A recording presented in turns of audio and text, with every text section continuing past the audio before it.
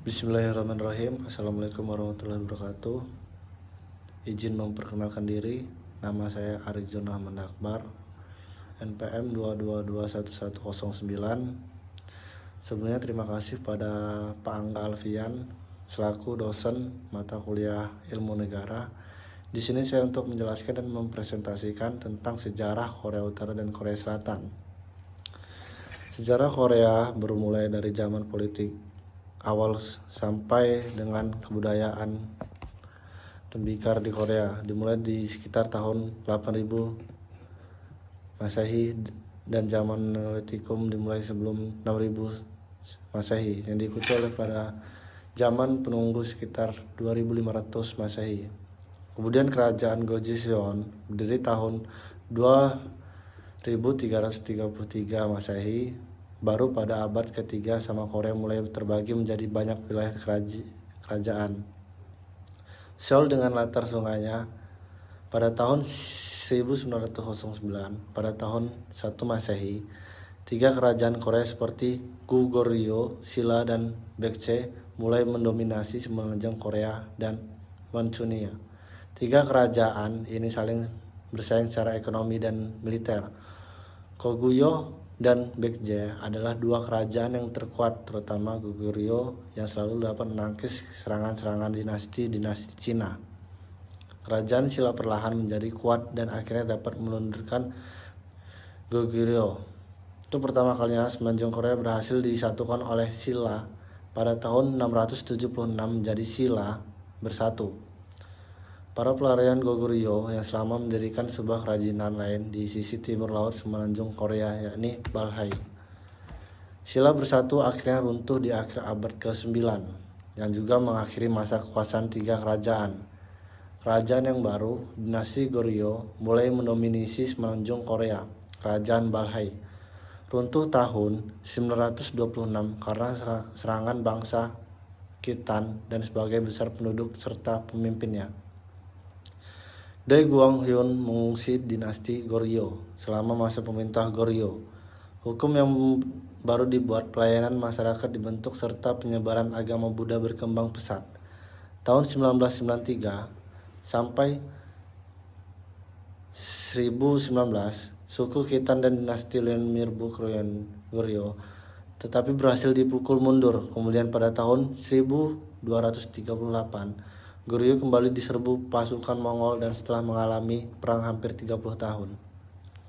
Dua pihak akhirnya melakukan perjanjian damai pada tahun 1939-7 dan melakukan penciptaan Abjad Hangul antara 1592 sampai 1598. Dalam perang Imjin, Jepang memajukan semenanjung Korea, tetapi dapat dipatahkan oleh prajurit pimpinan Admiral Yi Sun-shin. Lalu pada tahun 1620 sampai 1630-an, dinasti Joseon kembali menderita serangan dari dinasti Qing. Pada awal tahun 1870-an, Jepang kembali berusaha merebut Korea yang berada dalam pengaruh Cina. Pada tahun 1895,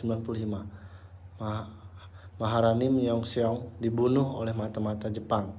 Pada tahun 1905, Jepang memaksa Korea untuk menandatangani perjanjian Eulsa yang menjadikan Korea sebagai protektorat Jepang. Lalu pada 1910, Jepang mulai menjajah Korea. Perjuangan rakyat Korea terhadap penjajah Jepang dimanifestasikan dalam penggerakan 1 Maret dengan tanpa kekerasan. Dengan menyerahnya Jepang pada tahun 1945, PBB membuat rencana administrasi bersama Uni Soviet dan Amerika Serikat. Namun rencana tersebut tidak terlaksanakan. Pada tahun 1948, pemerintah baru terbentuk yang berdoktrin Korea Selatan dan Komunis Korea Utara, yang dibagi oleh garis lintang 38 derajat. Ketegangan antara kedua belah pihak mencuat ketika Perang Korea meletus tahun 1950 ketika pihak Korea Utara menyerang Korea Selatan. Korea terbagi menjadi dua, yaitu Korea Selatan dan Korea Utara.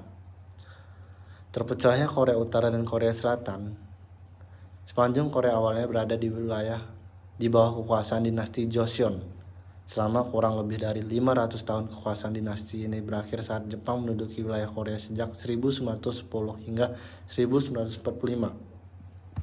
Hingga akhirnya, kekalahan Jepang dalam Perang Dunia Kedua menumbuhkan semangat orang Korea untuk memerdekakan diri segala bentuk penjajahan. Tapi di titik inilah pecahan terjadi, membuat Korea terbagi dua, Korea Utara dan Korea Selatan, dan keduanya bermusuhan. Saat Jepang menyerah tanpa syarat kepada sekutu, secara perlahan Uni Soviet terus bergerak maju ke Korea. Tentara Uni Soviet membombardir pertahanan Jepang di Korea. Amerika Serikat saat itu tidak memiliki pangkalan militer di Korea. Merasa ketakutan mendengar Uni Soviet telah berhasil masuk ke Korea. Setahun kemudian, Uni Soviet dan Amerika Serikat sepakat menarik pasukannya dari semenanjung Korea. Pertempuran antara bagian utara dan selatan sering terjadi khususnya di daerah batas pemisah. Pada pertengahan 1950, DPRK beserta Uni Soviet menyerang ROK untuk menjadikan kedua wilayah ini saat di bawah ideologi komunisme. PBB yang mengetahui hal ini tidak tinggal diam. Amerika Serikat beserta pasukan 15 negara lainnya datang Korea Selatan sebagai bala bantuan. Pertempuran berakhir dengan gencatan senjata yang akhirnya memunculkan zona demilitarisasi.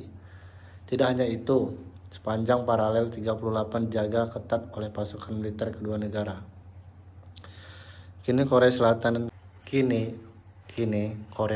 dan Korea Utara menjadi negara yang berdiri sendiri.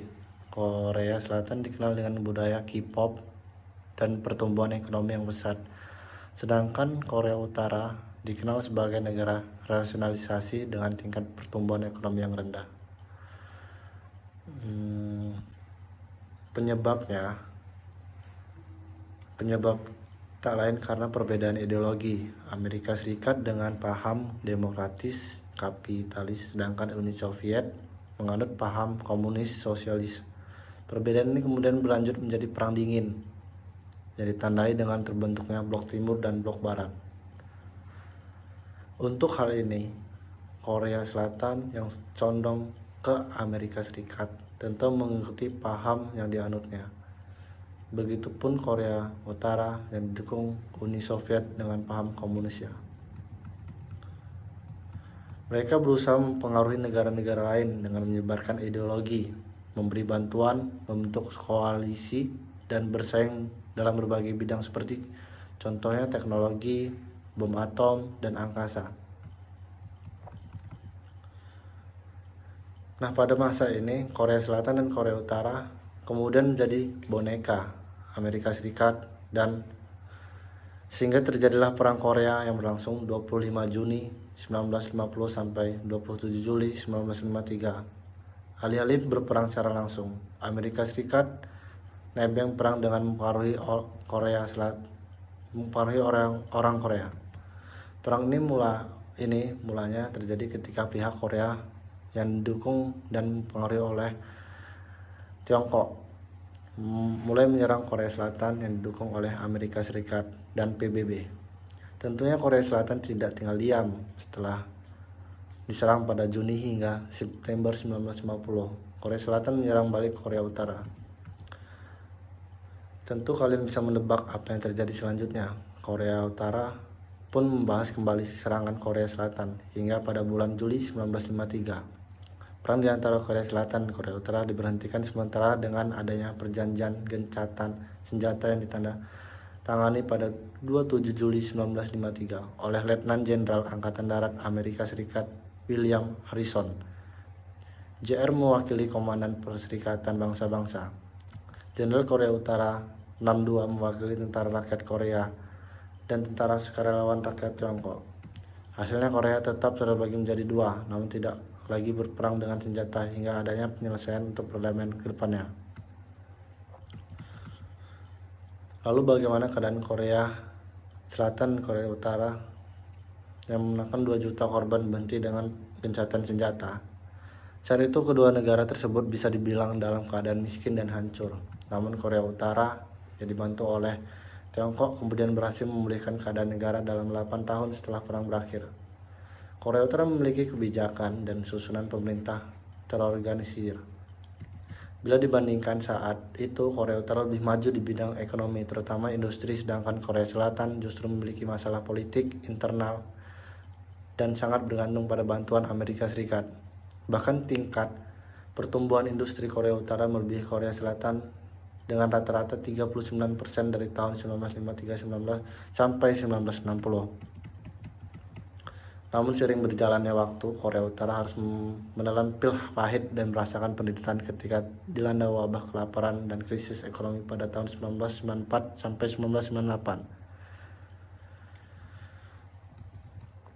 1998. Itu saja. Demikian isi presentasi saya kali ini. Semoga apa yang saya sampaikan dapat bermanfaat bagi kita semua. Jika ada kekurangan mohon dimaafkan karena kesempurnaan sungguh hanya milik Allah Subhanahu wa taala. Saya akhiri, assalamualaikum warahmatullahi wabarakatuh.